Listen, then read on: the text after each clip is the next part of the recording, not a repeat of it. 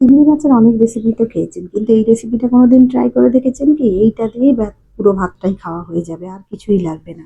প্রথমেই দেখুন, বাজার থেকে কিছু চিংড়ি মাছ কিনে এনে একেবারে ধুয়ে পরিষ্কার করে নিয়েছি। তার মধ্যে একদম খোসা ছাড়িয়ে লেজের দিকে একটু রেখেছিলাম।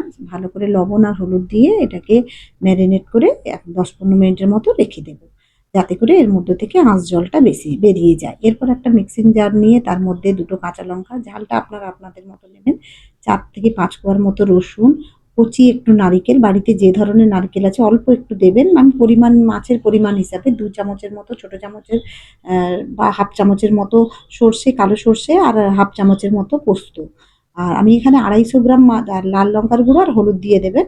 আর আমি এখানে ২৫০ গ্রাম চিংড়ি মাছ নিয়েছে পরিষ্কার করতে, সে তো কমেই গেছে বুঝতেই পারছেন, সেই হিসাবে সব পরিমাণগুলো দিচ্ছি। এবার এটাকে ঢাকা দিয়ে জল দিয়ে একটুখানি একটা স্মুথ পেস্ট তৈরি করে নিতে হবে। তারপরে এখানে দেখুন, মাছগুলোকে আমি লবণ হলুদ মাখিয়ে রেখেছিলাম, সেটাকে একটা প্লেটের মধ্যে নিয়ে যে মশলাটা বানিয়ে রেখেছি এই মশলাটা এর মধ্যে মিশিয়ে দেবো। এতটাই স্বাদের হয় যে খেতে খুবই ভালো লাগে। আর যারা চিংড়ি মাছ পছন্দ করেন না তাদেরকে একবার বলবো এইভাবে বানিয়ে দেখুন। আর আপনারা তো অনেক ধরনের চিংড়ি মাছের রেসিপি খেয়ে থাকেন, তো এইটা একবার বানিয়ে দেখুন না, কথা দিচ্ছি ফেল হবেন না, খুব ভালো লাগবে খেতে। এরপর আমি মাছটা নিয়ে একটা প্লেটের মধ্যে মশলাটা মাখিয়ে তার মধ্যে আমি ৩ চামচের মতো, বড় চামচের ৩ চামচ সর্ষের তেল দিয়েছি। এখানে রান্নাটা পুরো সর্ষের তেলেই করবেন, তাহলে ভালো লাগবে।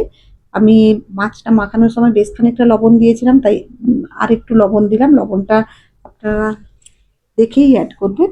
এরপর পুরো মাছটা এইভাবে মাখিয়ে ১০ মিনিটের মতো রেখে দিয়ে গ্যাসে একটা কড়া বসিয়ে তার মধ্যে কিছু না দিয়ে মাছটা, কড়াটা ভালো করে গরম হলে মাছটা দিয়ে দেবো, চিংড়ি মাছটা, আর একটু মিক্সিটা ধুয়ে জলটা দিয়ে দেবো। অল্প ২ চামচের মতো জল দেবেন, এর বেশি নয়। ঢাকা দিয়ে একেবারে স্লো ফ্লেমে ১০ মিনিটের মতো হতে দেবেন। মাছটা পুরোটাই সেদ্ধ হয়ে যাবে, মাছ থেকে অনেকটাই জল বেরিয়ে এসছে দেখতে পাচ্ছেন। এবার পালা জলটাকে শুকিয়ে নেওয়া। দারুণ একটা ঘ্রাণ বেরিয়েছে এর মধ্যে থেকে, যেহেতু সর্ষে রসুন সব কিছু মিশে গিয়ে আর চিংড়ি মাছের এর সঙ্গে গন্ধটা মিশে গিয়ে, যা একবার বানিয়ে দেখুন, আপনার রান্নাঘরটা পুরো মোমো করবে এর গন্ধে। এবার গ্যাসের ফ্লেমটা একটু বাড়িয়ে দিলাম, দিয়ে ২ টো কাঁচা লঙ্কা দিলাম, কারণ কাঁচা লঙ্কার গন্ধটা এই সময় খুব ভালো লাগবে। আর যদি বেশি ঝাল না খান তো কমিয়ে দেবেন। এরপর আমি উপর থেকে আরও বড় চামচের ১ চামচের মতো সর্ষের তেল দিয়ে দিলাম। এটা একটু তেল তেলেই বেশি ভালো লাগবে।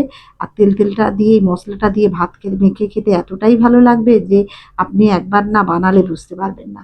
আর যদি কেউ এইভাবে বানিয়ে থাকেন তারা জানেন যে এর স্বাদ কী। কারা এইভাবে বানান অবশ্যই কমেন্ট করে জানাবেন। এটাকে আমি একেবারে শুকনো শুকনো করে নেব, গ্যাসের ফ্লেমটা এবার অফ করে দেবো। এটা শুকনো শুকনো এমনিতেই হয়ে যাবে। আপনাদের কেমন লাগলো অবশ্যই কমেন্ট করে জানাবেন। যদি ভালো লেগে থাকে একটা লাইক